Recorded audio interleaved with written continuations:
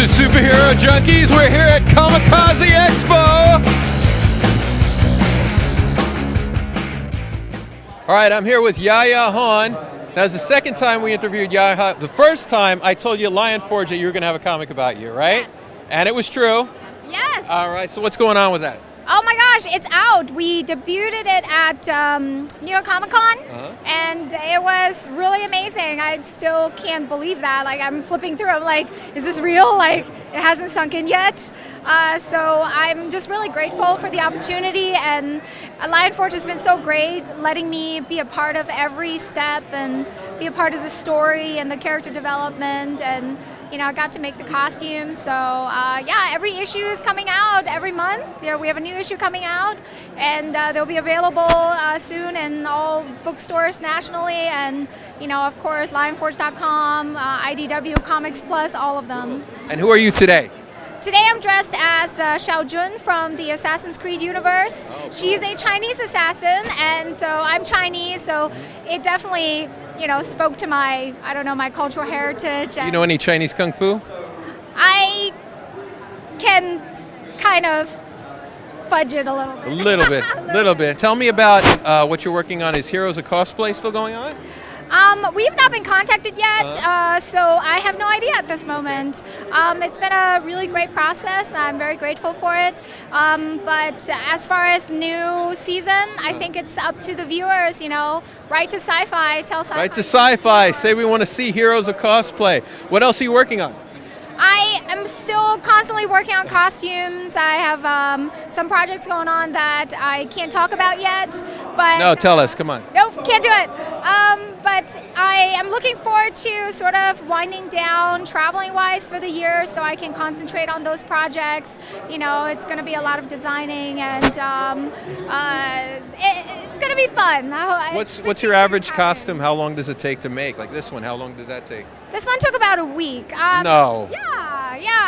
I have to be fast. I go to too many events, and I always have things going on. If one thing that I've sort of, you know, been able to harness over the years is my speed. I'm very fast at crafting, but I also want to be very precise. So it's about planning and time management and getting all the materials you need in your house. If I have all the materials, then I can binge craft for, you know, 7 days straight without sleep if need be. Who taught you how to make the costumes like this? You just teach yourself? I'm self-taught. I wish I had any sort of training, but I actually did not have enough money to go to school for any sort of, you know, costume design or fashion design. So I did not have the foundation that I implore on, you know, up-and-coming cosplayers and costumers to go get the education. I didn't have that choice. But, That's amazing. But yeah, it's about like thinking outside the box and experimenting and just trying different things, and you know, but it's really fun. Now, what's your favorite costume? If you had to pick one and you're like, okay, they're going to destroy all my costumes, everything I own will be destroyed, and I can only have one costume, which would it be? I make it a point not to answer what my favorite costume is because... Oh, come on, just no, one. I'm going to tell All right, well, how about top three? No. Top three? I'll tell you top why. Three? I'll tell you why. It's because it goes against being an artist, and it goes against what I love about cosplay, which is the variety. If I only had 3 top favorite costumes or 1 top favorite costume, then it doesn't make sense to me. They're all my favorites, or you know, I don't have a favorite because it's about the variety and the possibilities of being able to become whoever you want on any given day. So today I'm an assassin, tomorrow I'm going to be a comic book hero, next day I'm going to be a princess, and that's what I love about cosplay. All right, well then I have to ask you this. Is your closet at home just have like 1 million costumes just hanging like a superhero's costume room where you just walk in and you're like, oh, who will I be today? Yes, actually, if you watched Heroes of Cosplay, there is a scene where you can see my costume room, and it is basically just racks and racks of costumes. I have a storage unit where I keep some of the, you know, older costumes, and I have 2 rooms so far that I'm... How many costumes would you say you have total right now? About 300. I am here with DMC. What's happening? What's Superhero junkie. I'm ODing right now. All right. Now, Yes. tell me about this DMC comic book. Well, this is welcome to the DMC universe. Before hip hop came over the bridge from the Bronx to change my life. Are you from the Bronx? No, I'm from Queens. I am from Brooklyn, New York. Yeah, East 12th Street Avenue Brooklyn R. Queens Expressway. Yeah, I used That's to take how the D chain or the Q. connect Yeah. us. So hip hop comes over the bridge, changes his life of this mild-mannered Catholic school kid. I went to Catholic school my whole life. Oh, man. Straight A student, 5 and 6 stars on the forehead, always on a honor roll. That's gangster. Now, my whole existence was comic books. DC, Batman, Superman, Flash, Justice League, but Marvel was special. Because why? DC had Gotham and Metropolis, great cities. But Marvel, these superheroes was really in New York. They had I'm this problems. little kid that was living in New York. Marvel showed me places I heard about that I couldn't go to. Because my parents weren't mean, but they was like, you be in this house when that sun go down. So while I was in my house, I spent all my time collecting and reading Marvel comic books, but on top of that, not just reading them, taking the tracing paper and trying to draw my favorite superheroes. So by the time I was 7 years old, I was able to not use tracing paper. So to make a long story short, that was my whole existence. Then hip hop comes over the bridge.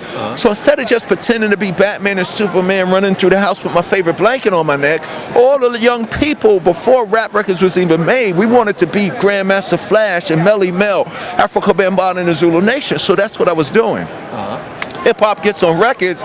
Joseph Simmons, DJ Run, who is now Reverend Run, sees that, oh man, this guy's smart, straight A student, and he could draw, and he got writing skills. So Run was like, yo, whenever my brother Russell Simmons, who was managing Curtis Blow and Jimmy Spice and Houdini, he said, yo, whenever Russell lets me make a record, I'm putting you in my group. I'm like, yeah, right. So I'm spinning along, doing my drawing, reading my comic books. We get a record deal. I had to put down the drawing pencil and pick up the microphone. So always in the back of my mind, for 30 years as I traveled the world, for 30 years, people would always come to me and say, DMC, I have this hip hop comic everywhere. Asia, Europe, here in the States for 30 years. About a year ago, it happened again, and I said to myself, wow, idea is good, but why does it always fail? And it came to me after I got with my man Eduardo, and I got with my man Riggs Morales, and they said, yo, you should do your own comic book. And I said, the reason why they always failed is you don't do a hip-hop comic book, you do a comic book. You don't label it. As soon as you say it's a hip-hop comic book, it's corny. This isn't a gimmick. This is a tribute and a celebration of hip-hop culture. In this universe, DMC, my gift to change the world is hip-hop. In the DMC universe, in a comic book, my gift is superpowers. So everything I did with a microphone and hip-hop, I'm doing in a comic book in the 80s like universe. And the reason why I say 80s like universe is you look at it, you see the graffiti on the trains, the L, the breakdancers, the carport.